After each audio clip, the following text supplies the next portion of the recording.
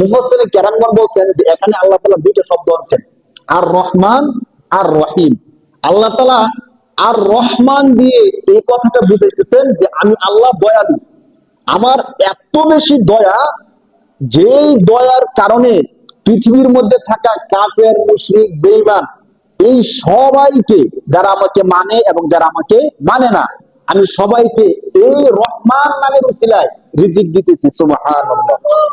দুনিয়ার মধ্যে আমি আল্লাহ রিজিক দেই আমার রহমান নামের খাতিরে, যেহেতু আমি আল্লাহ কি রহমান। রহমান হলো এমন যে তাকে মানে তাকেও সুযোগ দেয়, যে তাকে মানে না তাকেও কি দেয়, সুযোগ দেয়। তাকে কোনো তিরস্কার করতেছে না, দুনিয়ার মধ্যে গজব দিয়ে ধ্বংস করে দিচ্ছে না। কিন্তু মুফাসসিরে কেরামগণ বলেন আল্লাহ তাআলা এরপর রহমান দিয়ে কিন্তু শেষ হওয়ার দরকার ছিল, দয়া যথেষ্ট, কিন্তু পরে আবার রহিম শব্দ নিয়ে আসছেন। কেন রহিম শব্দ আনছেন? বুঝানোর জন্য যে রহিম এখানে যে দয়াটা আছে, এই দয়াটা আমি আল্লাহ রাখছি একমাত্র হাসরের ময়দানের জন্য। সুবহানাল্লাহ।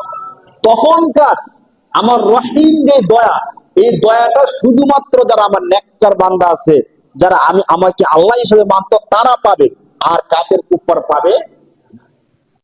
তাহলে আল্লাহ যে সূরা ফাতিহার দ্বিতীয় আয়াতের মধ্যে আর রহমানুর রহিম বলছেন, এই বুঝাতে চাচ্ছেন যে রহমান আমার দয়াটা দুনিয়ার কাফের, মুশরিক, বেঈমান সবার জন্য, আর রহিম যে দয়াটা আছে শুধুমাত্র মুমিনদের জন্য, হাসরের ময়দানে কাফেরের জন্য দয়াটা আর হবে